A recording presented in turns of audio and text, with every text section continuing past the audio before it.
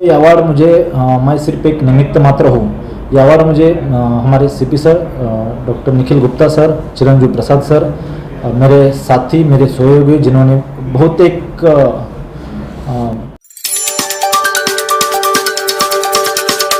Sir एक police station और एक जो भी आप काम कर रहे हैं सर, उनकी जिम्मेदारी ये होती है कि लॉ एंड ऑर्डर मेंटेन करें। तो एक पुलिस अधिकारी से लेकर के सर माई जियो अवार्ड जो आपको मिला है वो सफर कैसा रहा सर, और आपको ये मिला कैसे क्या अवार्ड, आपने किस तरीके से काम किया सर? मैं ये बोलना चाहता हूँ कि पुलिस ऑफिसर जो होता है या पुलिस डिपार्टमेंट में दो प्रकार के उत्तरदायित्व होते हैं, दो प्रकार की रिस्पॉन्सिबिलिटी होती है। एक कानूनी और दूसरी सोशल। जो महाराष्ट्र पुलिस एक्ट 1951 सेक्शन 64 और 66 में बताया है।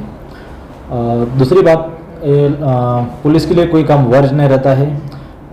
लास्ट ईयर जो लॉकडाउन लगा था, लॉकडाउन में मेरे साथी डॉक्टर किशोर उड़ान सर, नोमान खान, इरफान भाई और बाकी सिटी में के 22 NGOs, इनके साथ कोऑर्डिनेट करते हुए अपने भूतपूर्व सीपी सर, तत्कालीन सीपी साहब डॉक्टर चिरंजीव प्रसाद सर और अभी के running CP sir doctor Nikhil Gupta sir, इनके अंडर गाइडेंस में इन्होंने जो मुझे काम करने का एक सुनहरा मौका दिया, उसमें हम लोगों ने जितना हो सके उतना मैक्सिमम काम करने का प्रयास किया और प्रयास करते रहेंगे।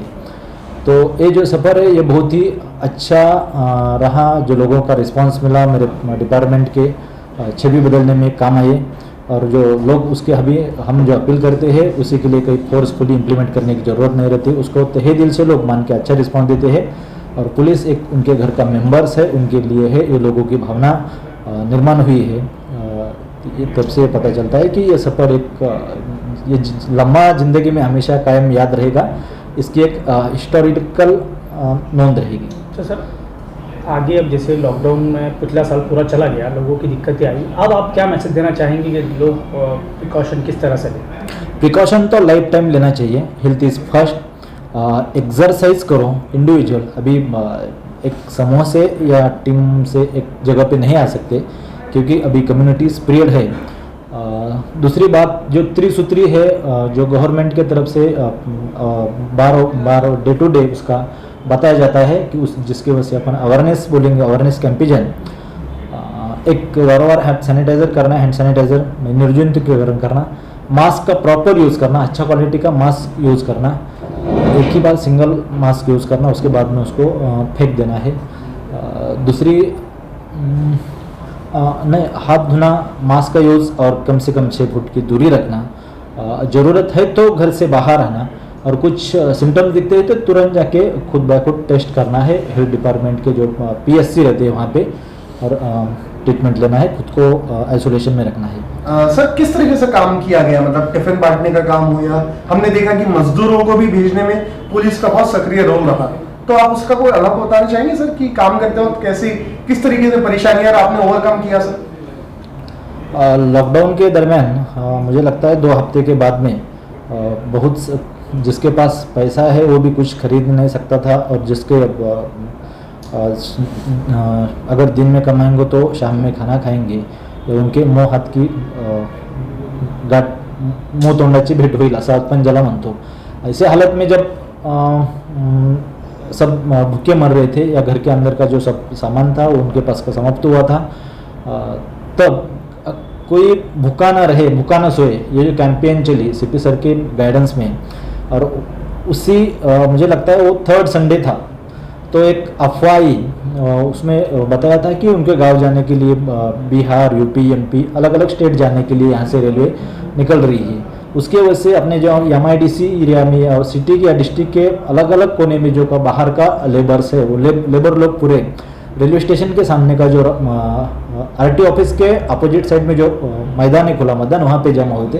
बड़े तादाद पे लोग आए थे, और वहाँ पे इतनी भीड़, इतना रश हुआ था कि लग रहा था कि अभी इनके हेल्थ का भी इशू निर्माण हो जाएगा या कोरोना का प्रादुर्भाव इन्हें अभी छोड़ेगा नहीं। ऐसे इसमें हमने जब नोमान खान, डॉक्टर किशोर उड़ान सर थे, उनके जरिए उन्होंने जुनैद भाई थे, कुछ लोगों को ऐलान किया, तो उन्होंने लोगों ने जिस एक तहे दिल से जिसको एक स्कूल दिया, सयादी लॉन्स वाले जो पटेल भाई है उन्होंने उनका लॉन्स खुला करके दिया।